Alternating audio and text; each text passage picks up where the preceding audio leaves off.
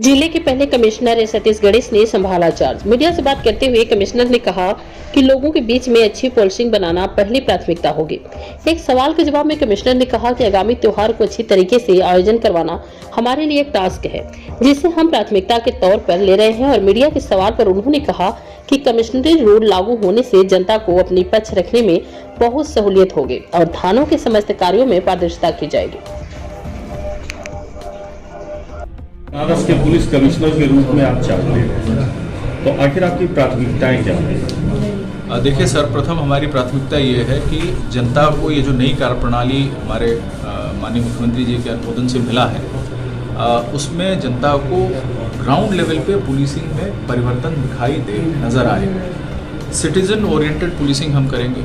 हमारा जो पब्लिक के साथ इंटरफेस का लेवल है वो बढ़ रहा है, तो निश्चित रूप से ज़्यादा लोग सीनियर फॉर्मेशन के ऑफिसर्स के साथ मिल पाएंगे, उनके सामने अपनी समस्याएं रख पाएंगे और जो डिलीवरी है हमारी, उसकी जो एफिशिएंसी है, यानी कि उसमें जो कार्य क्षमता है हमारी पुलिसिंग की प्रणाली की, कार्य प्रणाली की, वो उसमें बढ़ोतरी हो, ये मेरा विश्वास है। ये पुलिस कमिश्नर व्यवस्था जब लागू होती है तो इसके साथ आपको एक सूटी पावर्स की दी जाती है, तो आखिर इसका समन्वय अभी चूंकि आपको नया ये मिल रहा है, तो आखिर इसको कैसे आप और आपके सबऑर्डिनेट कैसे एक्सिक्यूट करेंगे और कैसे इसका आम पब्लिक को लाभ मिलेगा?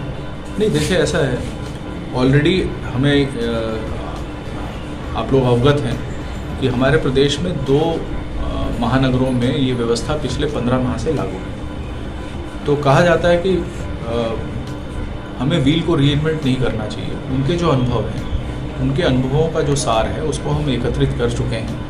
ऑलरेडी हमने नोएडा के पुलिस कमिश्नर सर के साथ और लखनऊ के पुलिस कमिश्नर सर के साथ पिछले 24 घंटों में काफ़ी होमवर्क हमने किया है और ऑलरेडी हमारे 2 अफसर, 2 एडिशनल एसपी स्तर के अफसर और एक डिप्टी एसपी स्तर के अधिकारी जो है वो लखनऊ ट्रेनिंग प्राप्त करने के लिए जा चुके हैं। तो मुझे पूर्ण विश्वास है कि अगले बहुत ही कम समय में ये जो आपने बात करी है कि जो हमें मिनिस्ट्रियल पावर या सीआरपीसी के कुछ हमें अधिकार मिले हैं, उसको कैसे इम्प्लीमेंट करना है, ना सिर्फ हम ट्रेन होंगे बल्कि उसे हम डिलीवर भी करेंगे। Do you consider Varanasi as a challenge? दूसरी बार है आपका, फर्स्ट टाइम भी आप प्रमोशन लेके आए, इस बार आप जो प्रमोशन लेकर के आए हैं वो एक इतिहास रच रहे हैं बनारस के लिए। आखिर आप इसका श्रेय क्या देना चाहेंगे या कुछ कहना चाहते हैं इस संबंध में?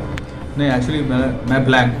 इनफैक्ट मतलब जब मैंने कंटेम्पलेट किया ड्यूरिंग द फ्लाइट जर्नी, तो मुझे लगा कि पिछली बार मैं एसएसपी झांसी था, प्रमोट हुआ, इलेक्शंस थे, 3 महीने तक मेरी पोस्टिंग नहीं हुई थी। मार्च के महीने में मेरी पोस्टिंग हुई और डीआईजी रेंज वाराणसी के रूप में। इस बार अगेन जनवरी के महीने में आईजी से लेकर एडिशनल डीजी का सफ़र मैंने तय करा, प्रमोट हुआ, लेकिन अगेन मुझे 2-3 महीना वेट करना पड़ा। लेकिन सुखद अनुभव है कि वाराणसी में पुलिस आयुक्त के रूप में मेरी तैनाती हुई है। मैं वाराणसी एज अ चैलेंज। दूसरी बार है आपका, फर्स्ट टाइम भी आप प्रमोशन लेके आए, इस बार आप जो प्रमोशन लेकर के आए हैं वो एक इतिहास रच रहे हैं बनारस के लिए। आखिर आप इसका श्रेय क्या देना चाहेंगे या कुछ कहना चाहते हैं इस संबंध में?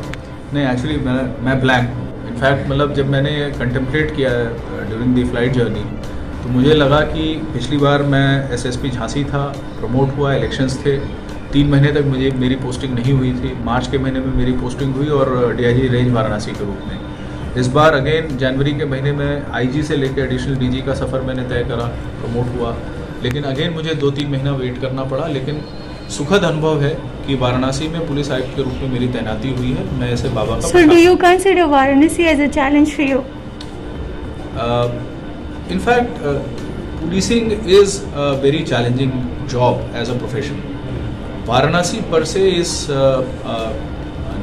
known assignment, or rather in a way I can say that I was lucky enough to serve in Varanasi for 2 years. So I would definitely draw a few pages from that experience sheet of last 2 years, which I served between 2012 and 2014, and maybe that will come very handy in delivering on the priorities which have been set by the government.